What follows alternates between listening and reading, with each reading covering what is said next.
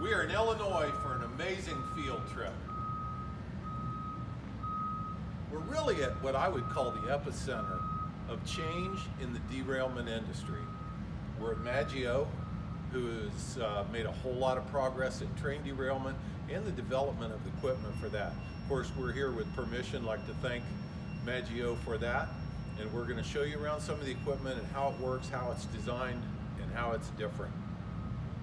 Well, I am a heavy-duty truck fan, and if you are as well, this one view tells you quite a bit about the company, the attitude, the capacity.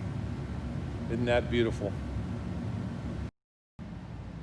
What we're looking at here is really an excellent example of a truck crane. This is a Pettibone, 130 ton. This is hydraulic, not cable, like a Holmes crane. 130 ton. Pettibones are very, very heavy. And this became the standard in the 70s and 80s. Highly respected, did a lot of work. Of course, high rail gear, they would send these out quite a ways to go find and do work. He keeps his equipment in top condition. This is just a beautiful example of this truck crane. Okay, another critical piece of equipment on train derailment is a tracked loader. This machine, a 973, is the newer design. The old 977L, still widely used. This has got a 4-in-1 bucket, so you can scoop with it, you can use it as a plow, you can grab with it, you could use it as a grapple. The other critical thing on the machine that plays this role is the winch on the back.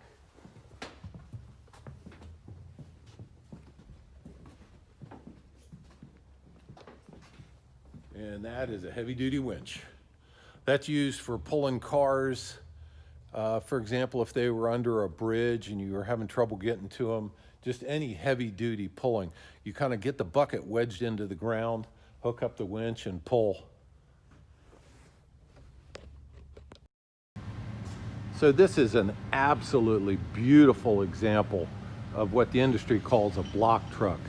So this truck carries rigging. On the other side, there's torch setup. There's a Chicago Northwestern decal. I haven't seen one in a while. Gear.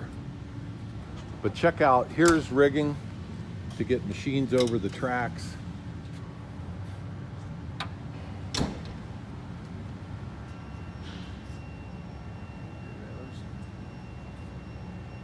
Re-railers, coupler slings, large foundry hooks, chains, slings, more cribbing. Pulling the counterweight trailer. So this large counterweight, we're going to see where that goes here in a minute, but this is one CDL driver taking a lot of equipment down the road.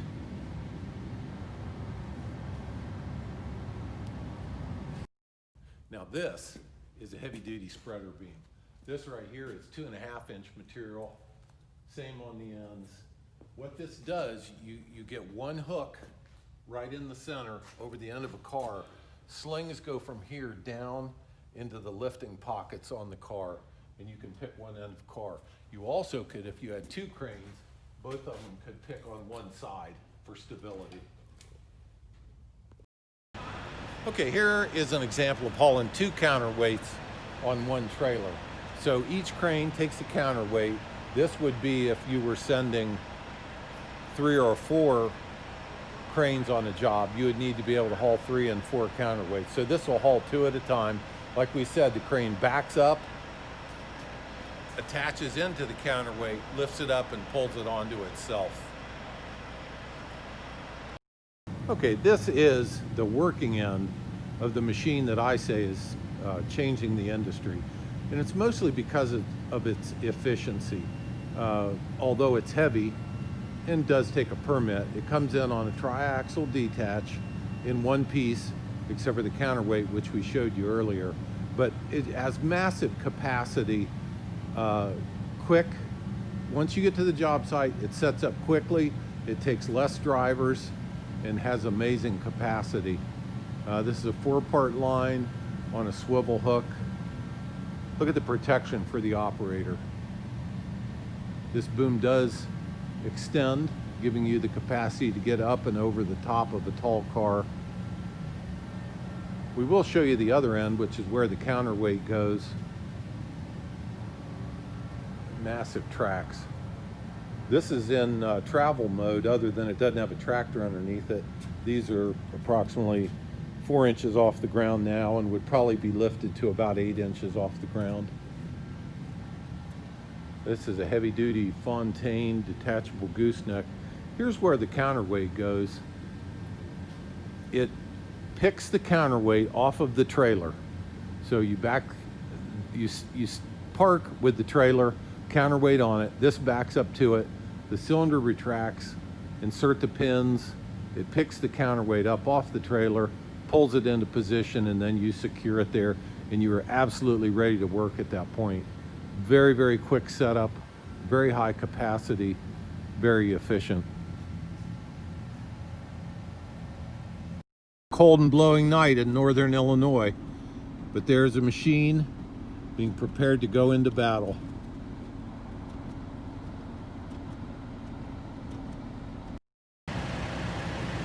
This is an amazing place. Every time I'm here, I'm just blown away by the quality, how well they take care of it, and how well prepared they are. They're ready to go in a moment's notice, like the other giants in the industry, but everything is on the truck, ready to go, cribbing with handles on it, everything fueled, daily checks. An amazing place.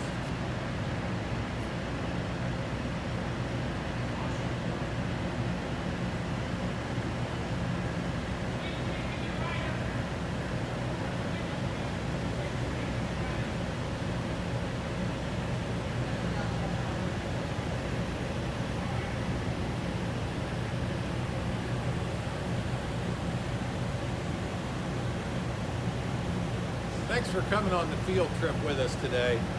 This was a long, cold drive and a lot of snow, but we're really glad we did it. Amazing industry leaders. Glad to bring it to you. Hope it was of interest. So that's the view that I have of the derailment industry, and I hope you really enjoyed it. And you may be wondering why or how I'm so interested in it. Well, I got a saying that I really like, and it's, show me your friends and I'll show you your future. Show me your friends and I'll show you your future. That means if you hang around with friends that get in trouble a lot, you're going to end up getting in trouble a lot. You hang around with friends that don't hardly get in trouble, you probably won't get in trouble. Hang around with people that don't get in trouble but never accomplish anything, you're probably never going to accomplish a whole lot. Show me your friends, I'll show you your future. So as I got interested in this industry and heard the pitch pipe, I thought, I would like to know some of these guys. So as it turned out, almost everybody that I've mentioned in this video, I've come to know. Some as friends, some as acquaintances, some as mentors, and some as dear friends. A story I love to tell. I wrote Glenn Hulcher a card, you sent through the mail, and I said to him, sir, I consider you the grandfather of this industry. I really respect what you've accomplished. Would love to talk with you sometime. Probably included a business card, my name and telephone number. Well, I was putzing around the house one Saturday morning and the phone rings, and there's this heavy Texas drawl. Says, is this Brian? I said, yes, it is. He said, Brian, this is Glenn Hulcher. Well, I found myself in a pleasant conversation with Glenn Hulcher, one of the founders of this industry. And never talked with him much more after that. Really enjoyed the conversation and some of his views on the industry and the beginnings. Really enjoyed it and love to tell that story. But I also got to know the Isringhousing brothers, Brian and Barry. I spent a good part of an afternoon with Brian one time and went to his yard, looked at equipment, looked at their fabrication facility, and of course really enjoyed that quite a bit.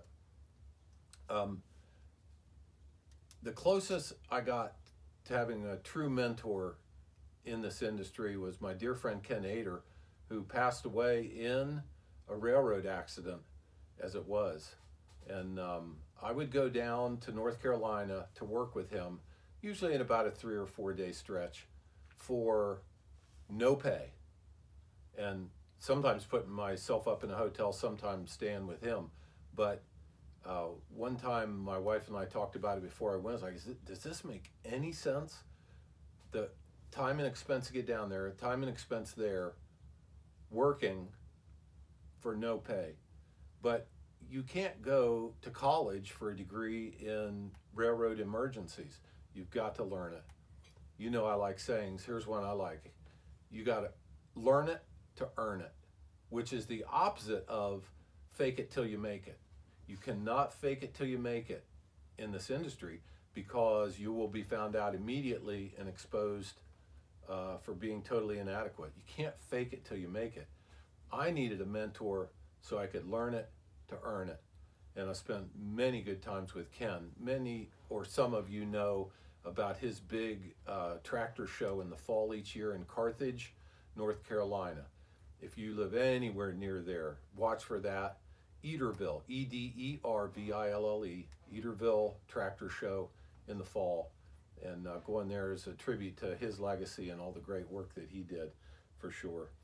So our specialty in this broad niche, this broad industry of train derailment, our niche, where I found, after talking to all these guys and learning, where I could focus and excel, is in-plant derailments, which generally is one end of one car in a factory.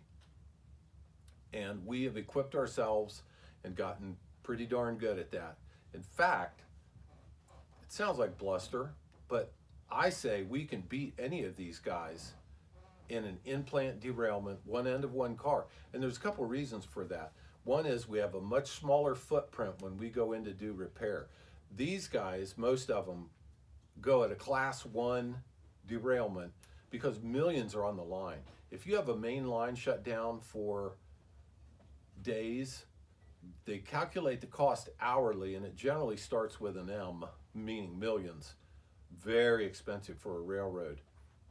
So anything you destroy in the process, fences, ditches, roads, almost don't matter. You've got to focus on that. Whereas in plant, they're very concerned about blacktop, pipes, guardrails, all kind of situations like that. Another scenario where we can beat them is under steam lines, around power lines, and in fact in buildings. We can re-rail a car in a building where these guys can't. A good example, we got a call month and a half ago. A car derailed in a building. Now, this is unusual, and the tracks don't go all the way through the building. They go in the building and stop. They derailed a car in the building. The back truck, where you could not get to it with a crane, you could not get to it with a side boom. There was no other way to get to the car other than the way we do it. Now, to complicate things, the truck was derailed and it was setting on the grading where they dumped the material. So the concern was if we broke through that grading, the car would fall, the axles would hit the rail. It wouldn't go all the way down in the hoppers. But if you break that grading, this problem has gotten much, much, much worse. And do you know, we got the call at 9, I think we got there at 1, and we had that car back on at 3 using techniques that we've developed and skills that we have, where some of these big players would have just gotten there and found out that they really maybe weren't equipped to do the job, but we were. So that's kind of the industry, the value of a mentor, and where we've specialized and focused. Thank you so much.